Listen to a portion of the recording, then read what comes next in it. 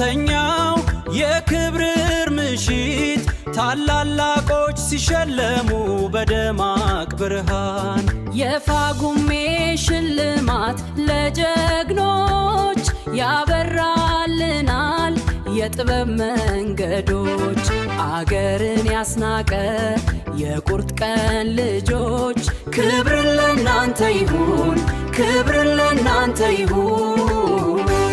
ሰበተኛው የክብር ምሽት ታላላቆች ሲሸለሙ በደማቅ ብርሃን የፋጉሜ ሽልማት ለጀግኖች ያበራልናል የጥበብ መንገዶች አገርን ያስናቀ የቁርጥ ቀን ልጆች ክብር ለናንተ ይሁን ክብር ለናንተ ይሁን።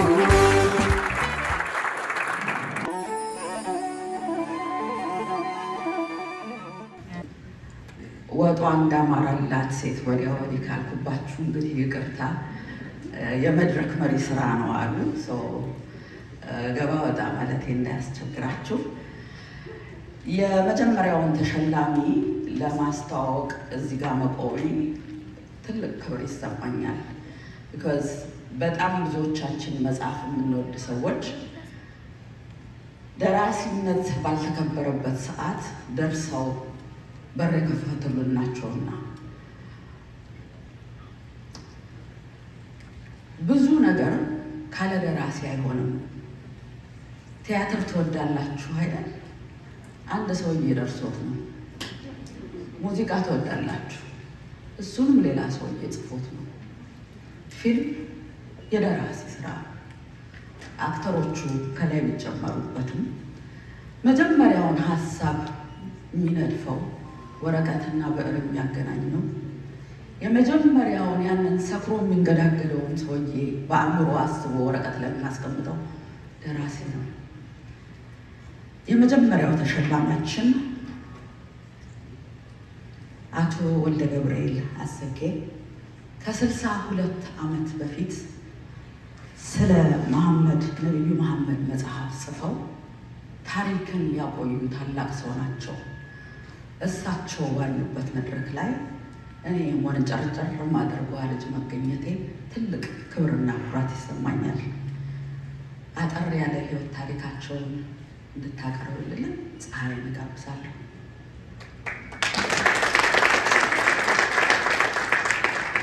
እንኳን ለ10ኛ ዓመት የጳጉሜ በዓል ያደረሰን።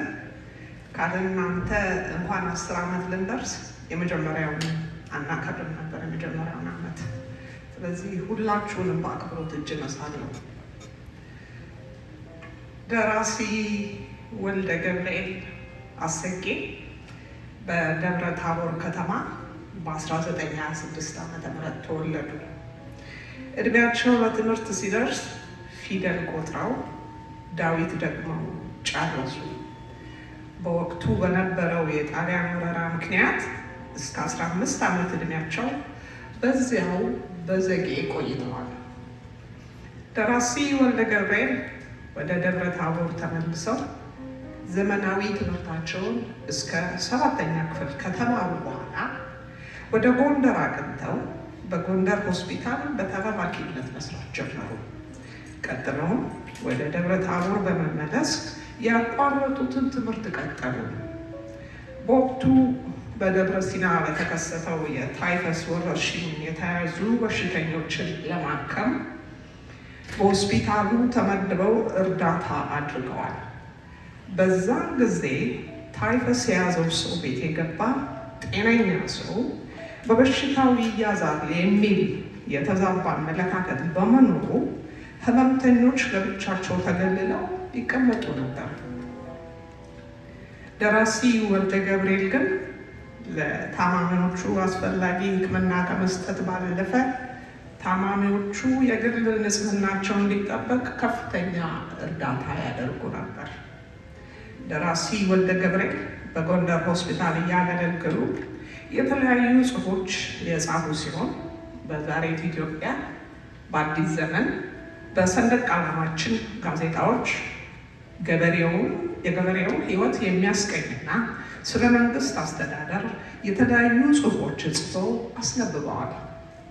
በተለይ በ1954 ዓ.ም ባህልና ኢኮኖሚ በሚል ርዕስ በገበሬዎች ላይ ስለሚፈጸመው የከብት ዝርፊያ ከችግሩ መንስኤ እስከ መፍትሄው ያቀረቡት ጽሑፍ ከፍተኛ አድናቆት አትርፎላቸዋል።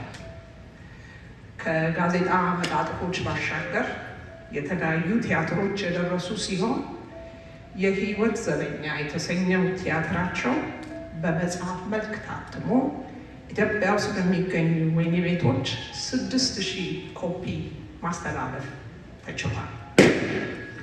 ደራሲ ወልደ ገብርኤል የጎንደር ማተሚያ ቤት ሲቋቋም በጎንደር ከተማ ልማትና ቅርስ ላይ ትኩረቱን ያደረገው ትዕይንተ ጎንደር ጋዜጣ ላይ በአዘጋጅነትና በጸሐፊነት ረዥም ጊዜ አገልግለዋል። ደራሲ ወልደ ገብርኤል ልዑል ዓለማየሁ፣ ጀነራሉ ሙሽራ፣ የነቢዩ መሐመድ ታሪክ የተሰኙ መጽሐፎች ለንባብ ያበቁ ሲሆን የእስልምና ተከታይ ያልሆኑ ሰው ሃይማኖት ሳያግዳቸው ሚዛናዊ በሆነ መንገድ ስለ ነቢዩ መሐመድ ሕይወት የጻፉበት መንገድ በእስልምና ተከታዮች ዘንድ ከፍተኛ አድናቆት አስገኝቶላቸው ነበር። ደራሲ ወልደ ገብርኤል በጎንደር ከተማ በነበሩበት ጊዜ በማተሚያ ቤት፣ በርስት ክፍል፣ በሕዝብ ቆጠራ የስራ መደቦች አገልግለዋል። ደራሲ ወልደ ገብርኤል አሁን በሚኖሩበት ሳኖዜ ከተማ በተለያዩ የማህበረሰብ አገልግሎት ንቁ ተሳትፎ በማድረግ ይታወቃሉ። ደራሲ ወልደ ገብርኤል በስነ ጽሑፍና በታሪክ ዘርፍ ባበረከቱት ታላቅ አስተዋጽኦ የጳጉሜን የኢትዮጵያውያን የመዝናኛና የባህል ማዕከል የ7ኛውን ዓመት ሽልማት ስናቀርብሎት በታላቅ አክብሮት ነው። ተሸላሚ አቶ ወልደ ገብርኤል አሰጌ፣ ሸላሚ ሼህ ሁሴን ሐሙድ ወደ መድረክ እንለባካችሁ።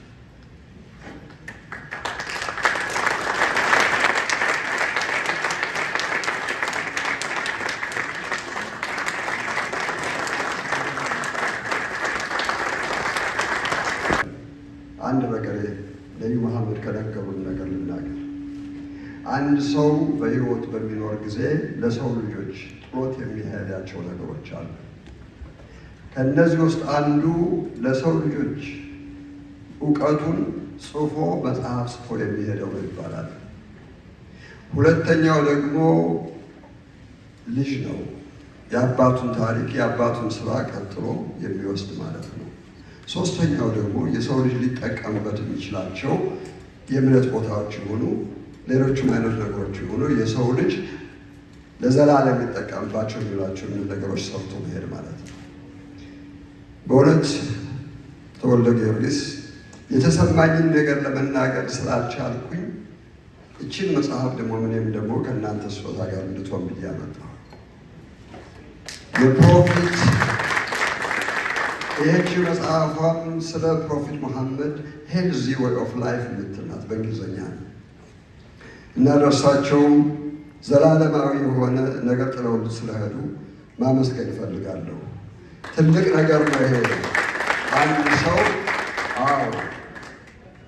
በእስልምና ሳይሆን ባላቸው እምነት፣ በሐቀኝነት፣ በትክክልነት ስለ ነቢ መሐመድ አስበው መጻፋቸው ለእኔ እንደ ሚራክል የሆነብኝ። ምናልባትም ያሰብኩት ኢንስፓየር ብሎ ይሆን አልኩኝ። እንደ ይሄ ትልቅ ስራ ስለሆነ በጣም ነው የማመሰግነው። ታንኪዩ።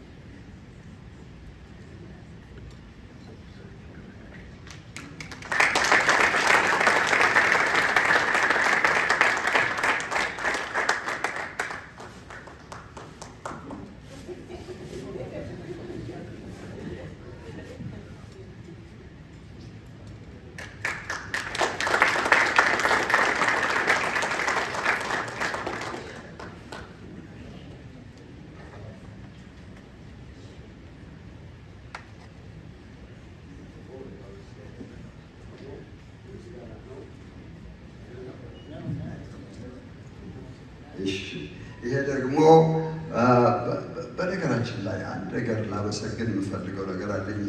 ይህን ድርጅት ልበል ምንድነው የሚያደርጉት? ማመስገን ነው አይደለም? ፈጣሪ ከነገረን ነገር አንዱ ምንድነው? አመስግኑ አይደለም? ታንኪዩ ትልቅ ስራ። ይሄ የእርስዎ ስጦታ ነው እንግዲህ ከዚህ በላይ ነው የሚገባዎት። እግዚአብሔር ራሱ ይሰጠዎታል ሁሉንም ነገር። ከዚህ የበለጠውን እንግዲህ እንደሚባለው ጀናት የሚባለው ያን እንግዲህ አላህ ይስጠዎት። ታንኪዩ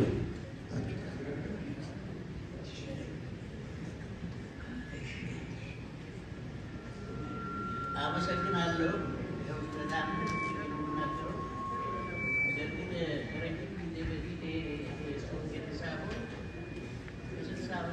ማለት ይቻላል። ነገር ግን በሲራራው ንግድ ዘመን አባቶቻችን አንድ ላይ ይነግዱ ነበር። ሙስሊሞችና ክርስቲያኖች በተራ እየተፈራረቁ በብዙ በቅሎ በብዙ ጭነት ረጅም ጉዞ እየተጓዙ እየተለዋወጡ ይነግዱ ነበርና ሰፈራችን አንድ አካባቢ አንድ ላይ ነበረ እና ስናድግ እንደው እንዴት ነው ሲጫወቱ እንሰማለን አባቶቻችን። በኋላ ጎንደር ከመጣሁ በኋላ መጀመሪያ ቲያትር አሳይ ነበር። በሰንደቅ ዓላማችን ጋዜጣም አረበኛ እና አማርኛ ነበር።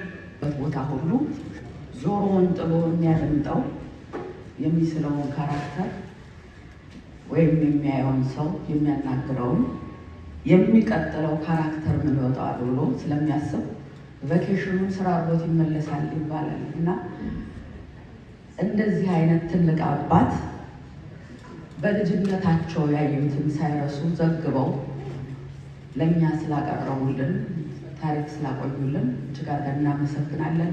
ክብርት ይስጥልን።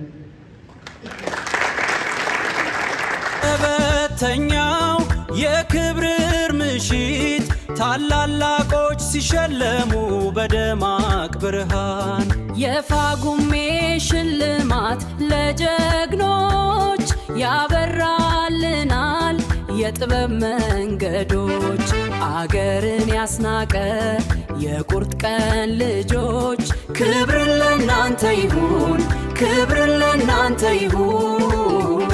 በሰበተኛው የክብር ምሽት ታላላቆች ሲሸለሙ በደማቅ ብርሃን የፋጉሜ ሽልማት ለጀግኖች ያበራልናል የጥበብ መንገዶች አገርን ያስናቀ የቁርጥ ቀን ልጆች ክብርን ለእናንተ ይሁን፣ ክብርን ለእናንተ ይሁን።